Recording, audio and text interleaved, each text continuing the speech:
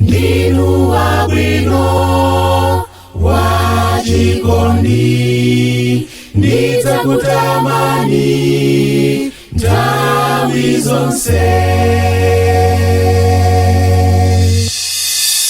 Ndifunse ndani zazozizwa zanu, andiyanke ndani zankawa zanga. Chikondi mphamvu zanu sindikuta kumvetsa, ndinu wopambana mbuye wanga. Ili ndipindu lanji kudziko lino, zomwe zachitikazi zandisendeza kwa inu mbuye wanga.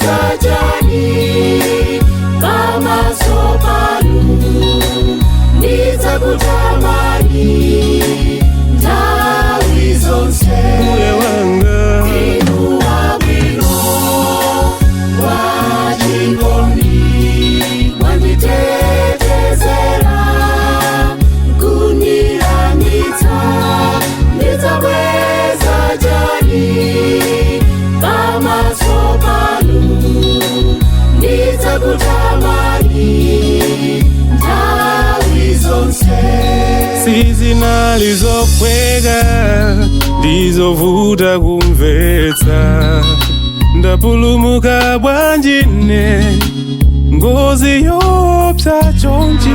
Anzanga anamwalira pompo, ena davulala, mwachisomo chake ndapulumuka.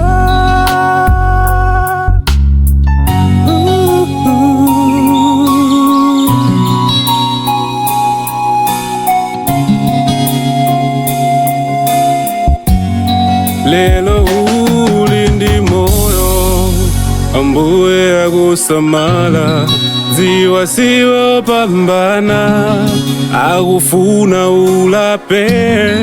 Peleka moyo kwa iye, usatanganidwe ndi dziko, dziko ndila chabe nthawi yatha.